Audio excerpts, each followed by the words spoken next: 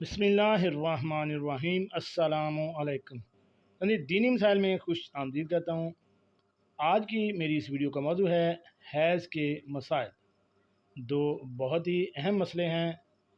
پہلا مسئلہ یہ ہے کہ اگر نکلنے والی رطوبت کے رنگوں میں فرق ہے تو کیا کرے۔ دوسرا مسئلہ یہ ہے کہ عورت کے بچہ ابھی پورا باہر نہ نکلا ہو تو اس دوران نماز کا وقت ہونے پر نماز معاف ہے یا نہیں، اور نکلنے والے خون کا کیا حکم ہے۔ تو چنی ناظرین، چلتے ہیں دونوں مسئلوں کے جوابات کی جانب۔ ناظرین، یہ میری کتاب کا حوالہ ہے خواتین کے مسائل اور ان کا حل۔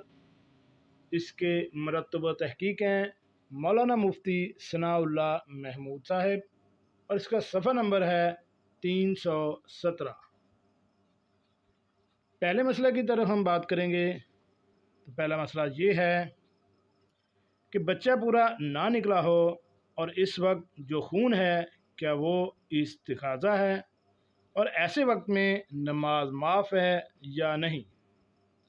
تو ناظرین، سوال کا جواب یہ ہے کہ آدھے سے زیادہ بچہ نکل آنے پر خون آیا تو وہ نفاس ہے، اور اگر آدھے سے کم نکلا ہو تو وہ خون استحاضہ کا ہے، اور ایسے وقت میں اگر ہوش و حواس باقی ہوں تو اس وقت نماز نہ پڑھے گی تو گناہ گار ہوگی۔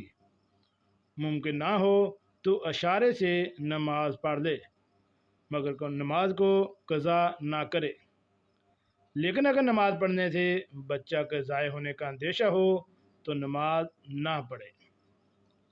اسی کے ساتھ دوسرا مسئلہ یہ ہے کہ یہ رطوبت سفید ہوتی ہے، اگر دوسرے رنگوں میں آئے تو اس کا کیا حکم ہے۔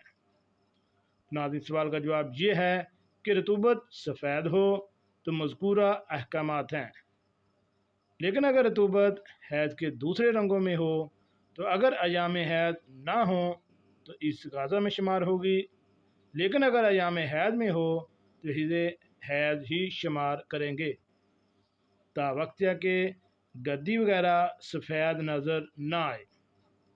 اس طرح رطوبت کا جو رنگ خارج ہوتے وقت ہوگا وہی معتبر ہوگا۔ سوکھ کر تبدیل ہو جائے تو اس کا اعتبار نہیں ہوگا۔ جی ناظرین، کیسی لگی آج کی ہماری یہ معلوماتی ویڈیو؟